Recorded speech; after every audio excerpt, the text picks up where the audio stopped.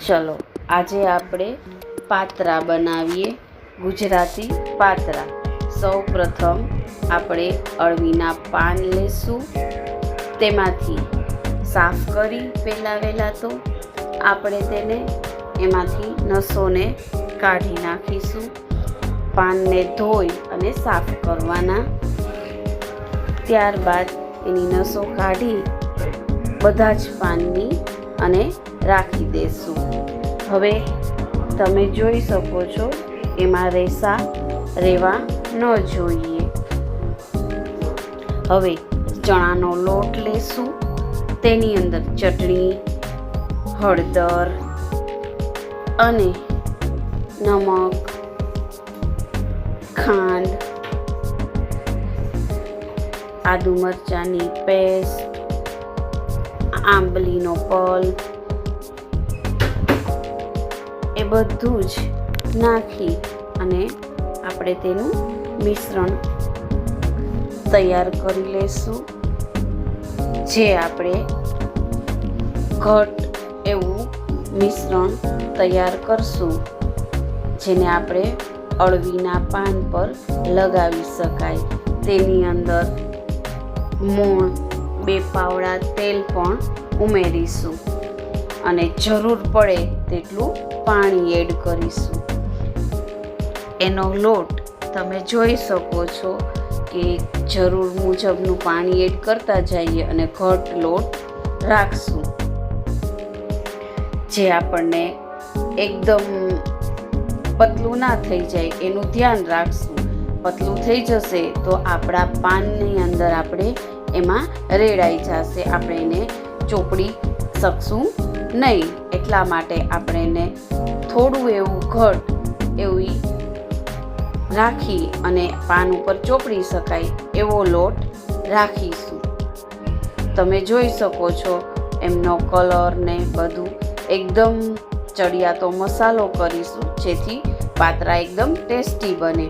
હવે અળવીના પાનને ઊંધા રાખી અને આપણે એને એના પર લોટ ચોપડી દઈશું. એ લોટ આખા પાનની અંદર આપણે જોઈ શકો છો તમે હાથની મદદથી એને આપણે ચોપડી દઈશું. ત્યાર પછી બીજું પાન એમના ઉપર રાખી એ જ રીતે બીજા પાન પર પણ આપણે લોટ ચોપડી દઈશું.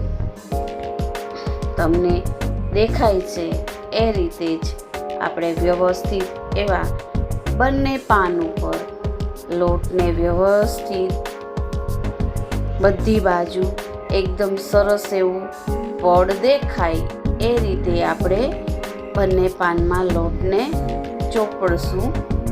તમે જોઈ શકો છો એ ચોપડાઈ જાય ત્યારબાદ આપણે તેને રોલ વાળીશું. જેવી રીતે આપણે રોટલી કે એમનું ઓલું ભૂંગળું બનાવીએ એ રીતે રોલ વાળી લેશું. જો રોલ તૈયાર થઈ જાય છે, રોલ વડે વાળું છું અને એ રોલ તૈયાર થાય છે અને એકદમ એવું આપણે રોલ તૈયાર થઈ ગયો છે. તેને આપણે જોઈ શકો છો એવી જ રીતે બધા જ પાનના રોલ તૈયાર કરી લેવાના રહેશે. મેં બધા જ કરી લીધા છે. ત્યારબાદ આપણે એને સ્ટીમરમાં અથવા તો જો સ્ટીમર ન હોય તો મારી જેમ આ રીતે કડાઈની અંદર પણ પાણી મૂકી નીચે અને ઉપર જાળીવાળું કાંઈ પણ રાખી અને આપણે એની ઉપર આ રીતે બધા જ રોલને મૂકી ગોઠવી દેશું. તમે જોઈ શકો છો. અને ત્યારબાદ એને ઢાંકણ ઢાંકી અને સ્ટીમ થવા દઈશું. 10-15-20 મિનિટ પછી આપણે એને ચેક કરીશું. હજી થોડુંક કાચું લાગતું હતું એટલા માટે મેં 5 મિનિટ જેટલો વધારે રાખ્યો છે. આપણને એમ થાય કે આ ચડી ગયું છે જોવાનું છરીની મદદથી, એટલે પછી આપણે કટ કરી લઈશું. ઠરી જાય એટલે કટ કરી અને ત્યારબાદ આપણે એનો વઘાર કરીશું. વઘારમાં સૌ પ્રથમ તેલ મૂકી તેલ આવી જાય ત્યારબાદ એમાં રાઈ અને હિંગ એ નાખી ત્યારબાદ રાઈ સતળાઈ જાય ત્યાર પછી એની અંદર લીમડો અને તલ નાખીને આપણે તેને મસાલાને સાતળવા દઈશું. તમે જોઈ શકો છો મસાલો સતળાઈ જાય ત્યારબાદ એની અંદર આપણે થોડું પાણી ખાંડ મૂકી અને એનો વઘાર તૈયાર કરીશું. તમે જોઈ શકો છો એકદમ એવો વઘાર આપણે તૈયાર થાય છે, સરસ એવો.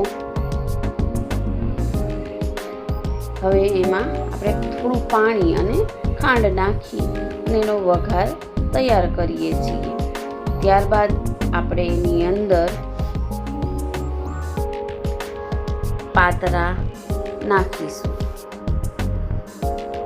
થોડું મીઠું અને ખાંડ, પાણીના ભાગનું થોડું મીઠું અને પછી ખાંડ, ગરમ મસાલો થોડોક એવો નાખી ટેસ્ટ પૂરતો અને સરસ એવો વઘાર તૈયાર થઈ જાય આપણો.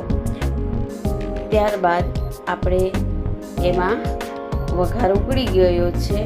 હવે એમાં આપણે પાતરા ઉમેરીશું.